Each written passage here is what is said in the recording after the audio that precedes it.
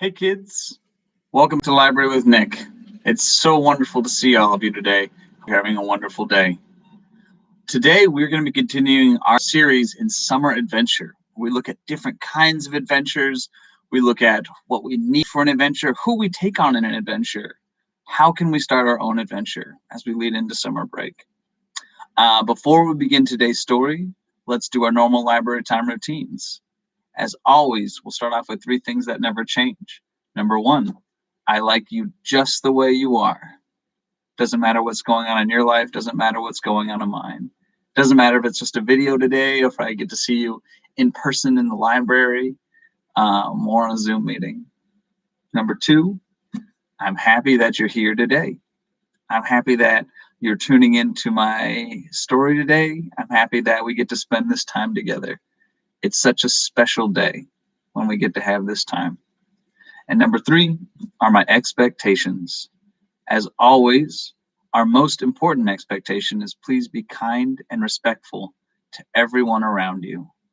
And when we say everyone around you, we often mean not just the people that are right next to you, but it could be the people you see online today, the people you might meet outside your house at the store, or it could be even someone living with you, a parent or a grandparent or a sibling. All right, we don't need to do the rest of our expectations because we're not in school right now, so we don't really have to go over those. Our story today talks about something that I think is very important when starting a new adventure, and that's being brave and being able to try something new. And whether that something new is maybe something very small, a new kind of food, or spending the first night away from home, or in this case, in the story we're reading today, being able to swim in the ocean. Trying something new is, for me, one of the things that almost every adventure has in it. And it doesn't have to be anything big either, but it's definitely something that I think about. Also, in honor of Asian American and Pacific Islander Heritage Month this week, I thought this story was especially relevant. It's called The Ocean Calls. It's a beautiful story about the Haino, and they are women who dive without any scuba gear or extra thing. They dive by themselves down deep as 30, 40 feet in the ocean to find different treasures and food and things like that down there. So we're going to read how this one girl is learning how to dive in the ocean from her grandmother, and what a great adventure that is for her, and sometimes a little bit scary too. And it's amazing sometimes when we get scared and we're trying new things, that there's people in our lives that help us out, to help us get over that. All right, let's get to our story for today.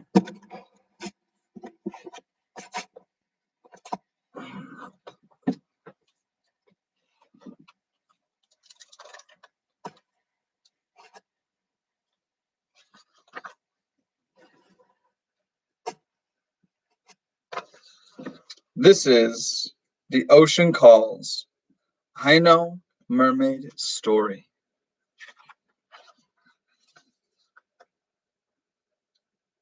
Dayon and Grandma stretched and watched the sun rays kiss the sea. The ocean is calling me today, said Grandma. I must dive. I want to be a Haino like you, said Dayon. You're like a treasure hunting mermaid.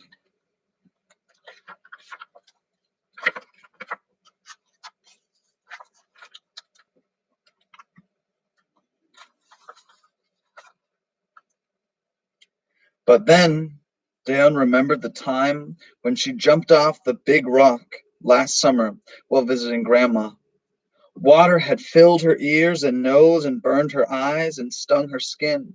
And worse, the deep ocean where Grandma swam was full of sharks and other scary creatures. Dayon shivered.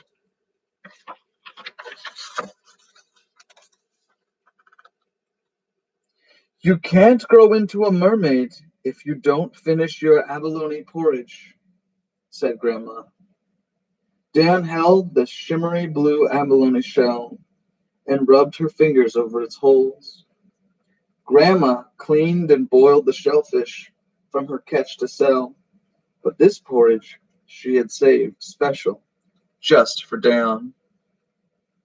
As Grandma washed the dishes, she and Dan practiced holding their breath. 1, 2, 3, 14, 15, 16.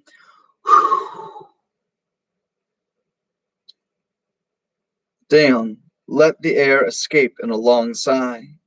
Grandma squeezed Dan's hand. Don't worry. I learned to be a Haino from my mother, and now I will teach you.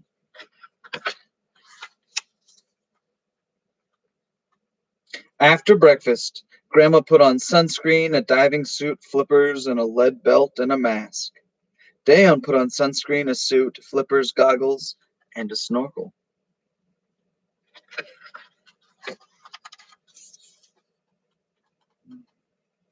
Grandma carried her tools to pluck treasures from the sea. Dan carried hers to pluck treasures from the shore. Together they sang a Haino song. I eat wind instead of rice. Take the waves as my home.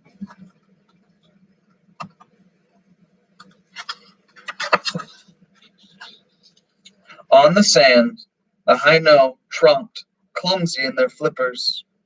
But as soon as they dove, splash, they swam like mermaids. Dayon sat back, feeling like a beached urchin. She wiggled her toes in the tide pool. Grandma popped up out of the water, whistling as she let out her held-in breath. Again and again, the Haino dove and came back up for air. The sea breeze carried the sound of their whistling. So I looked it up. The whistling is actually a special technique of breathing that these women developed, and it helps them get all the air out of their lungs better when they come back up. But I found videos on YouTube where it's a loud whistling sound. It's like a as they're trying to get their air out when they come back up. It's fascinating.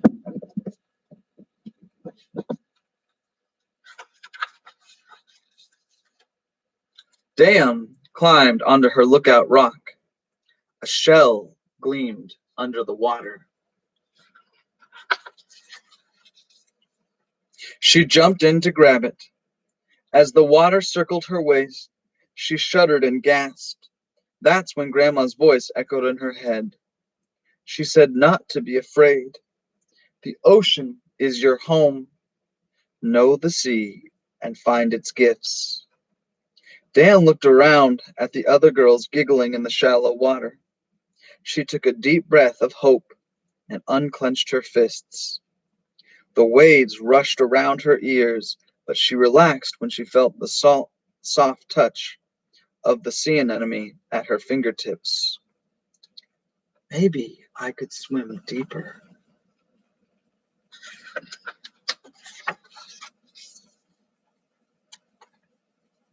After collecting 10 sea gifts, Dan heard singing as the orange globes of the Haino's nets floated closer like a giant setting sun. Grandma and the others swam back. Dan rolled round nets up the shore. I found pretty pebbles and shells, said Dan. Beautiful, said Grandma. Now, are you ready to dive with me?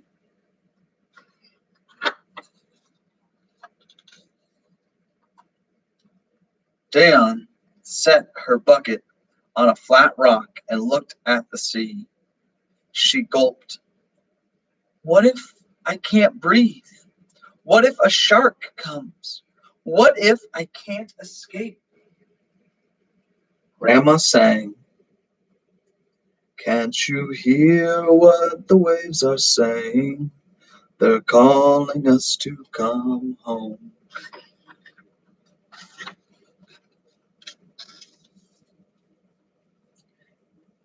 Dan looked into Grandma's sweet eyes and swallowed her fear and nodded. Side by side, they walked. When Dayon could no longer feel the ocean bottom, she locked hands with Grandma. Take a deep breath, calm your mind, and then we'll dive.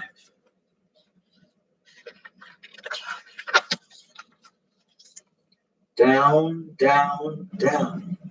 Dayon and Grandma dove. But Dayon swam right back up.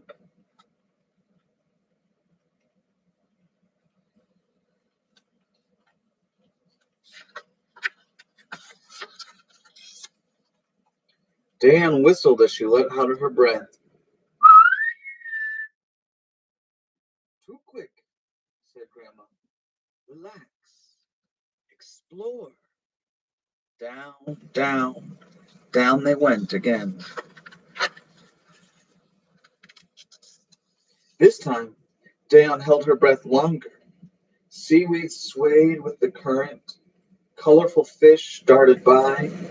She pointed to a garden of sparkling treasures.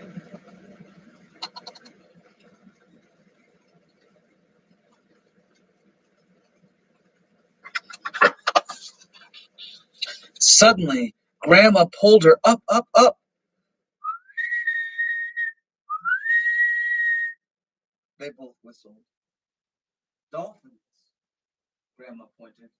Dolphins bring hungry sharks. Dayon's heart beat faster. She kicked with all her might. What if they couldn't escape? Her arms felt like the lead weights in Grandma's belt. She swam to a nearby boat. Ahino waited to lift her to safety. And that's when Dayon remembered her wish.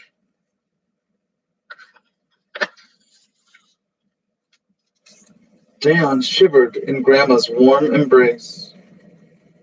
We work together to keep each other safe. You were brave, Dayon. You'll be a fine Hino someday. But Grandma, I didn't catch anything. Oh, but you did find treasure. Grandma opened her hand and gave Dayon a sparkling turban shell.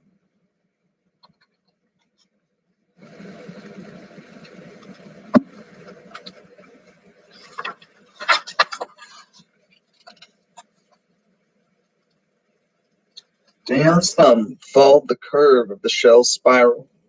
She smiled.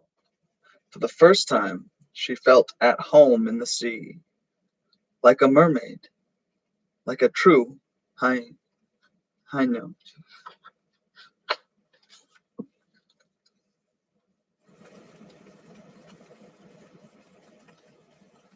In March 2018, I observed firsthand the unique Haino tradition around the shores of Jeju Island in South Korea.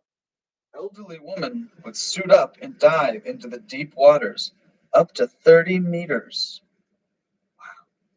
They don't use any breathing equipment and can hold their breath for up to 2 minutes. When they come up to exhale, they emit a whistle-like sound called sumbisori. They sell their catch and even cook it in some restaurants. Most of the women are over 50 years old. Some are in their 80s. They started diving when they were 12 to 15 years old. And there are different levels that correspond to experience. Hagun is the beginning level, and for the oldest, they dive about 10 meters, 30 feet. Jungun is the middle level for those plunging about 15 meters. And Sangun is the highest and most dangerous level for dives around 20 or more meters. The word Haino is of Japanese origin, meaning sea. The term was used during the Japanese occupation of Korea, and it has remained. The divers also call themselves Jamunye, or of the Jeju dialect, which means dive woman, and sometimes Jamsu, which means dive. To non-divers, these strong and hard-working women are fondly known as Korea's granny mermaids. What a cool story from Korea. As someone who likes to dive themselves, I think it's fantastic that they can go that deep for that long. It's incredible, especially in their 80s. I really like in the story, though, how even though she was scared, she had someone with her, her grandma, who helped. And oftentimes, it can be scary trying new things. But that's why it's important is to have people around us who help us through those tough times. All right, kids, that's our time for today. I hope you have a wonderful rest of your day. And I'll see some of you this week, later this week, and some of you next week.